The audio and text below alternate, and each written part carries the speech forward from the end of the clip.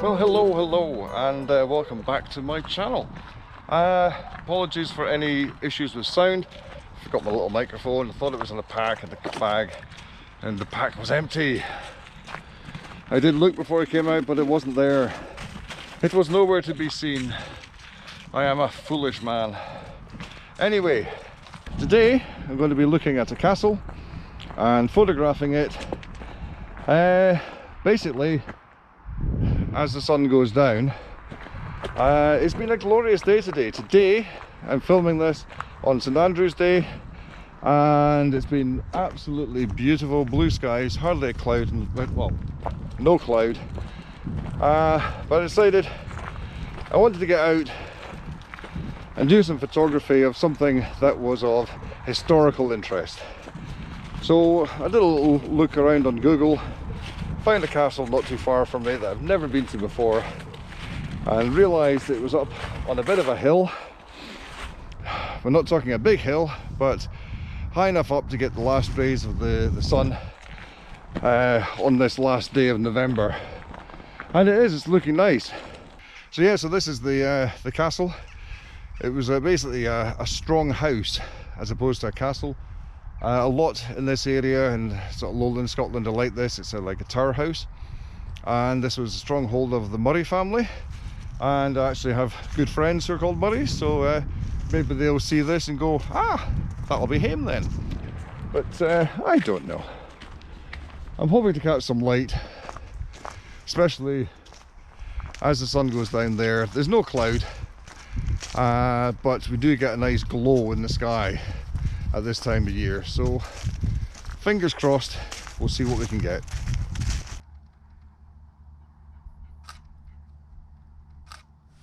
Okay.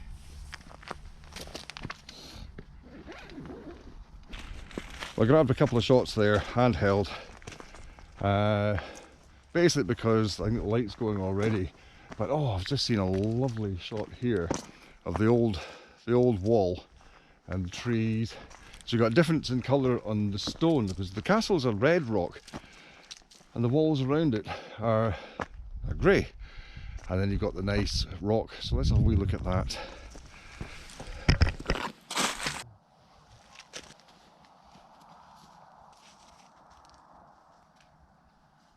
Here's a good boy. Well, that might come out.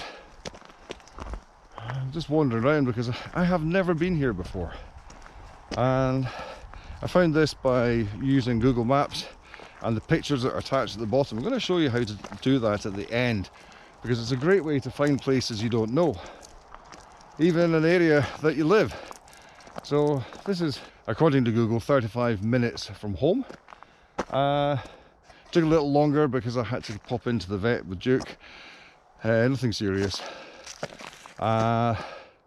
So I've actually arrived and the sun has gone down behind the hill there, but I'm going to get the glow. There's a bit of a glow there, but there's another glow. As you see the sun going down there, what happens here is you get this glow on the horizon. It's absolutely fantastic. It's beautiful.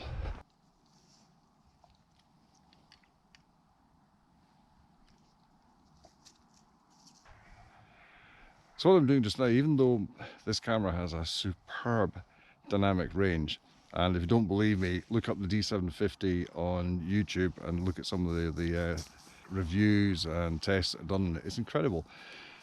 But being an old hand at this sort of thing, I'm bracketing, because the sky's still quite bright, as you will see, and the castle goes into silhouette.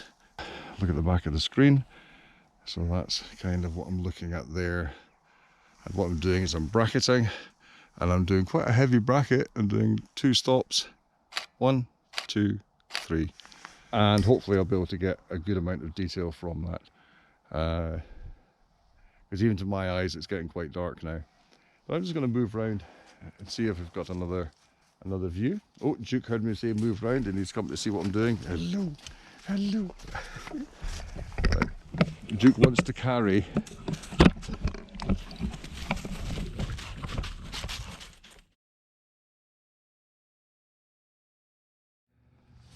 Found a nice little window, shall we say, and for this I'm actually putting the camera Right, Duke, stop trying to take... That bounce was Duke trying to take the tripod again. So the camera's right up. Stop it, Duke. The camera's right up, as far as it will go. Hold on.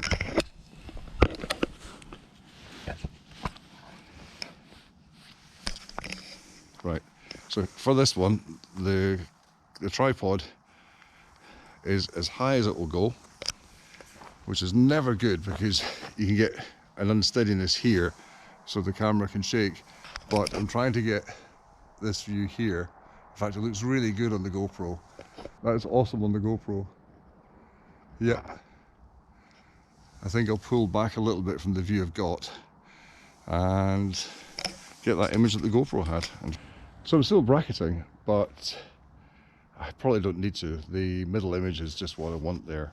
And what I'm doing is bring up the image on screen. So there's my image, and I've got this button here, and I can zoom in and check the focus and the detail that I've got, because what I want to be sure is that the trees are in focus. These have to be in focus, or the picture's just rubbish if you zoom in. Well, that image seems to have worked, but it makes sense. If you can look through this funny window, it's obviously, it's a hole in the wall. I might be able to get the castle through the window. So I'm moving down this way to have a look and see what I can get. But it is getting dark now.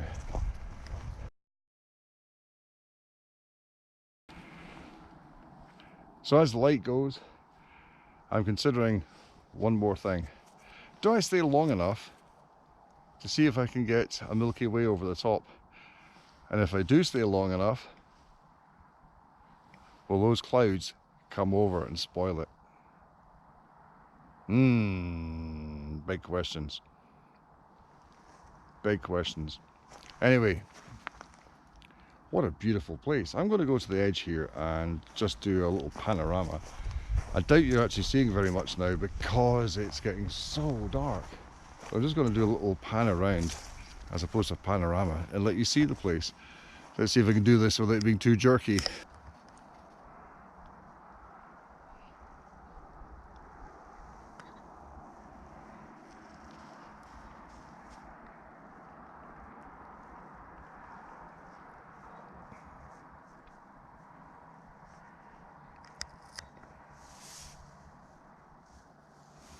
Yeah, one of the things I don't like in my photographs is scaffolding, Harris fencing and tarpaulin. And in this one, where I was before, there was 2, Harris fencing and tarpaulin. So I've lowered the camera right down. And I'm using a little wall here to try and hide that ugliness and leave me with a ruined building. But you might notice that the ruined building actually has glazing. There's ruins around it, but the main tower is glazed. So it looks like it is something worth visiting at some time. Anyway, going to try another angle whilst the light gets even brighter behind me.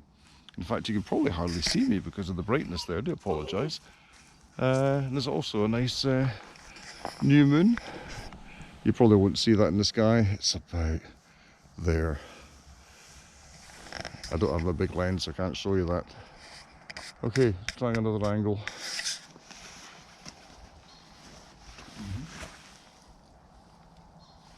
So Duke's currently exploring. He'll be back in a wee while. And he has my other tripod. So you are currently sitting on a wall whilst I change lenses. I decided, oh, you're back, hello. Decided the wide angle might be good here. Obviously with the wide angle, the problem is all the uprights go bending in. I don't really like that, but sometimes it works. Sometimes it works. Let's have a wee look and see. So power back on again. Always take the power off when you are changing lenses. Right, despite being about -1, I'm actually getting quite warm now. I've retrieved the tripod from my patented tripod carrier, otherwise known as Tripod Dog. So you're sitting there, Duke's just underneath you, and I have no idea if you can see me or even hear me properly. But I'm now trying to see what I can get I'm on timer because I was taking a picture of myself. How embarrassing is that? Right. But it's good to be on timer. You don't get any shake because it's down to a tenth of a second. Maybe the timer should be on. Put the timer back on, Alistair. Make it look like you meant to do that. Right. What did that image come out like? Okay. And I think I might just go do a proper bracket as opposed to this. So that's not bad. So let's go back and press the bracket button. Put 3 frames. And yeah, put 3 frames on the timer. If it's on the timer, it should, if I remember correctly, do 3 shots. So let's see what happens. I might change my focus as well to somewhere a bit closer because it's too far away. Yeah, so there's the 3 shots on the bracket. 1, 2, 3. Okay. And I'm going to try and focus in a little bit closer than I am, which is very difficult in the dark, which is good that I have, actually, because I'm a dog walker. In the winter I have a torch and I can light up something to focus on, which is that rock there. Right, I'm going to make my initial exposure a little bit longer than it was, and then do that again. It's getting horrendously dark very quickly.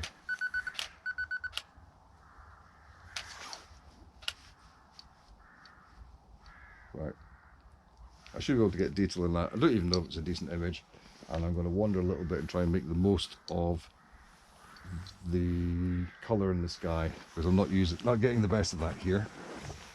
See you soon.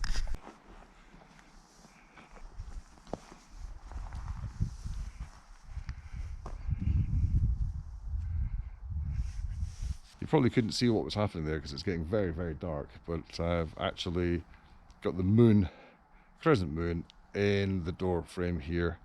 I wish I had the bigger lens. I really wish I had the bigger lens, because if I'd gone much further away, I could have made the moon a lot bigger inside that doorway. But to the eye, it looks absolutely lovely. It really does look lovely. I'm hoping I've got an image out of this. Okay, moving on. Right, that's me back at the car. It's a bit cold out there. It's very, very cold out there. It's -1 at the moment, and I'm not going to hang around. It's a bit cold. Duke's arthritis is playing up. I noticed that on the way back down, so he's not happy about hanging around in the cold just now. He loves the cold, but he doesn't want to be in it just now. If it gets dark enough on the way home, I might do some star photography somewhere if it's nice. I'm going to show you now where we are on Google Maps, and I'll discuss accessibility whilst I'm doing that, because I want to wrap up just now. I'm aware I'm sitting in a dark car and it's probably not the best of viewing. So from me live at the scene, I'm going to say goodbye and pass you on to me in the studio, as they say. Bye for now. Well, here I am back at my desk, and I'm going to show you exactly how I got that location yesterday, considering I'd never been before, never even heard of the place before. And that was quite simply by looking on the map here and not wanting to go too far from where I am, and wanted to find a new location. Now you can see there's lots of marks on my screen as to places I've been before and places I want to go to, and the place I'm actually looking at is marked just now, but it wasn't yesterday. That's Balvaird Castle. But how did I find it? Was quite simply, if you go to the bottom right hand corner, there's a little box, and it's where the wee man is that you drag on for Street View, and if you click on the 2 arrows, if you click on the 2 arrows, up pops lots of photographs. Now I have no idea why Street View's come on, so click off him, there we go. You get all these photographs along the bottom, and it's where people have put in photographs to show where they've been, or to show off the photograph they've taken of a location. And it's very handy, and that's probably why people do it, it's very handy for people to find places of interest. So I had a little look north of where I am, Lomond Hills, looking out towards Cooper, up towards the south of Perth, and down in this bunch of photographs was one which I could see was a street view, probably taken by a single camera, of Balvaird Castle. And the castle looked interesting, so clicked on that, and here we go. I can have a little 360-degree look and realised this actually looks quite nice. Now obviously this is taken in the summer, it's taken in July 2018. The trees aren't going to be in full leaf, which is probably beneficial because I know my directions and I know the sun's going to go down over here. So the sun's going down that way and it's up on a rise, as you can see. That means this should get the last of the light in the afternoon. And we had an absolutely beautiful day, clear blue skies, so therefore this should be late light. And I might even get a nice glow in the sky. I wasn't going to get a beautiful sunset because there's no cloud. But that gave me the opportunity to see and decide if I wanted to go. So where is it and how accessible was it to get to? Because that could be half an hour's walk as far as I'm concerned. So I've now got it marked, as you can see, but I zoomed in on where it showed using this photograph here and realised, okay, it's not far from a road. What road is it on? Have I been this road before? And I went, okay, I know the A91 through Gateside and Strathmiglo and Auchtermuchty and on to Cooper. I've done that road many a time, but I've never taken this side road. So this was really, really new to me. So zoom in on the map here. There's a little crossover there. Take the little man, drop him in there, and I can see what looks like parking, a visitor kiosk. There's the castle at the top, and there's the access going up. And you can see there's a little wall, a gap in the wall there to go around the gate. I can now confirm that that is as good as it looks. It's a fairly gentle walk up to the castle. It's not steep in any way. It's very well paved. It's slightly gravelly. In fact, it's quite a fine gravel all the way up, but it's good for pushchairs and it's good for wheelchairs. I would say it is extremely accessible. And even at the top by the castle, we'll zoom in on that just now.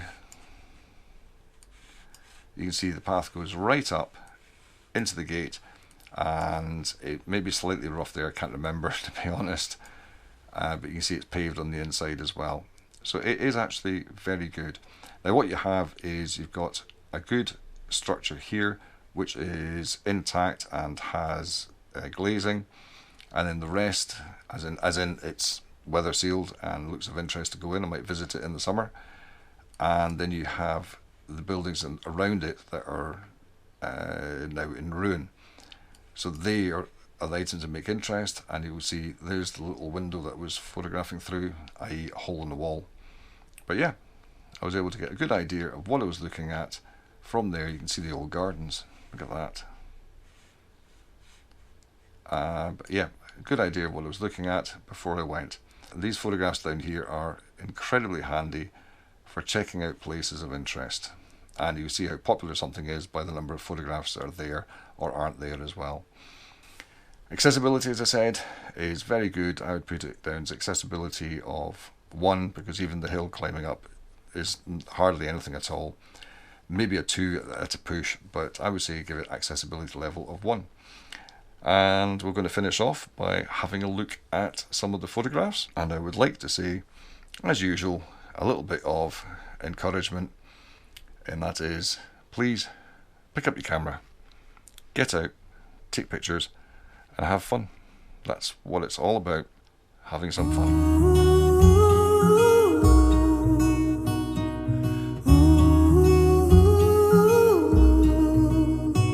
Stay true to that fire in your heart and your soul.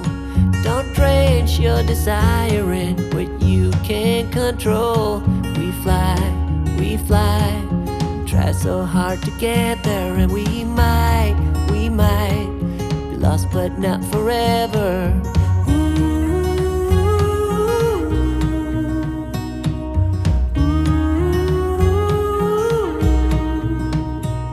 There's things in life you simply need to know. But sun and rain and trust in letting go. It takes a bit of suffering, sleepless nights and wandering, before you make it safely to the end, the end, the end.